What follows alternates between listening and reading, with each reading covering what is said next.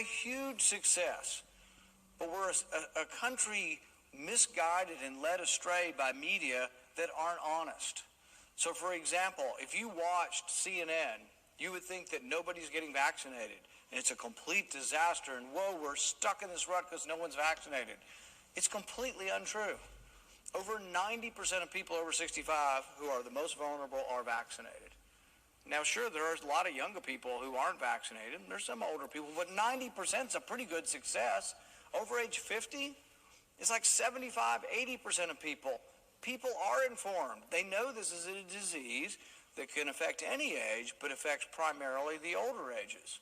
For example, the one truth you won't be told is an 85-year-old has a 10,000 times greater chance of dying than the 10-year-old. Now, you think we should treat them the same? If you were their doctor, do you think a 10-year-old should get the same health care and the same prescriptions for what they need to do as an 85-year-old? Makes no sense at all. I see 10-year-olds and I see 5-year-olds out on the mall. My wife and I are walking down to the Lincoln Memorial the other day, and I see 5-year-olds in groups led by teachers wearing masks outside. There is no science to that. We got Dr. Fauci spreading mistruths across the country, saying we've got to forcibly vaccinate the kids. There's no science behind any of that. In fact, England is rejecting what we're doing.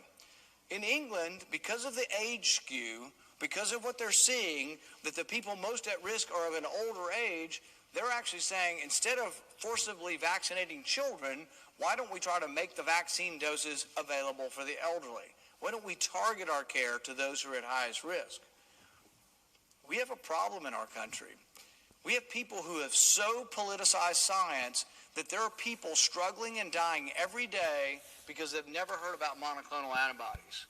We have people dying every day because the government, at the behest of Dr. Fauci and a few other people, have said you can't get monoclonal antibodies if you're in the hospital.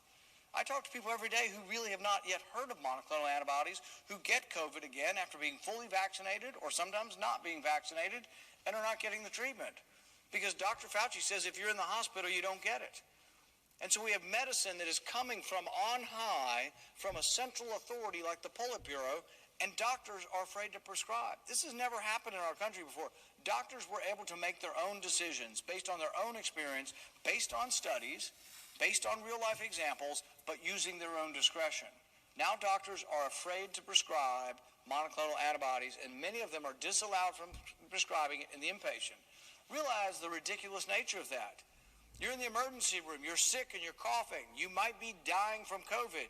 You get to the emergency room, you don't know what to say, you can barely talk. Your spouse has to be able to tell the doctor, please stop.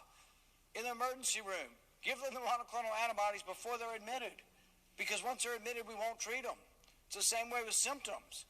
You have to have symptoms within the first 10 days. If you don't have symptoms, if you're on day 11, you won't get monoclonal antibodies. It's completely arbitrary, it's capricious, and it has to do with government-mandated guidelines.